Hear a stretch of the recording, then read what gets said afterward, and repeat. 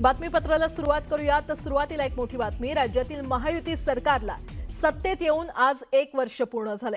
महाराष्ट्र राज्याचे मुख्यमंत्री म्हणून देवेंद्र फडणवीस यांनी पंतप्रधान नरेंद्र मोदी यांच्या उपस्थितीत गेल्या वर्षी 5 डिसेंबर 2024 रोजी आझाद मैदानावर तिसऱ्यांदा मुख्यमंत्री पदाची शपथ घेतली।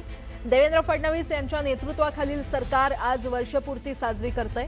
प्रशासनातील उत्तम जाण आणि कठोर निर्णय क्षमता असलेले नेते म्हणून देवेंद्र फडणवीसांकडे बघितलं जातं। त्यांच्या आकलन क्षमतेचंही अनेकांनी कौतुक केलंय।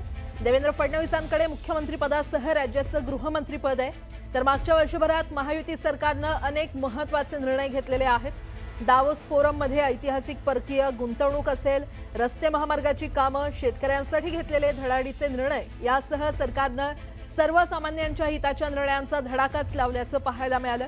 दरम्यान महायुती सरकारच्या वर्षपूर्तीनिमित्त न्यूज 18 लोकमतवर एक खास कार्यक्रमाचं आयोजन करण्यात आलेलं आहे। याच महायुती सरकारच्या वर्षपूर्तीचा लेखाजोखा मांडला जाणार आहे। सरकारचं वर्षभरातील निर्णय आणि या सरकारनं केलेल्या कामगिरी संदर्भात चर्चा होणार आहे।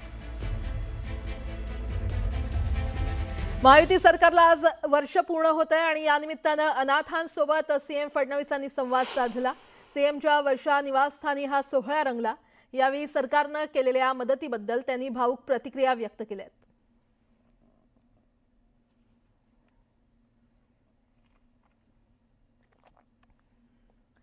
तर संवाद साधताना मुख्यमंत्री देवेंद्र फडणवीस हे भावुक झाले असल्याचं पाहायला मिळालं।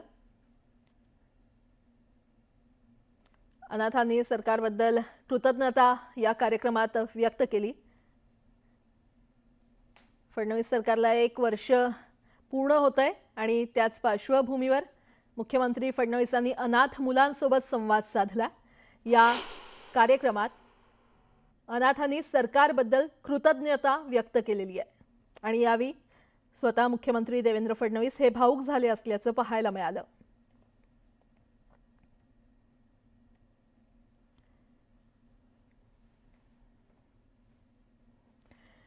महायुती सरकारची वर्षपूर्ती झाल्याच्या मुद्द्यावरून काँग्रेस नेते विजय वडेट्टीवार यांनी सरकारवर निशाणा साधलाय।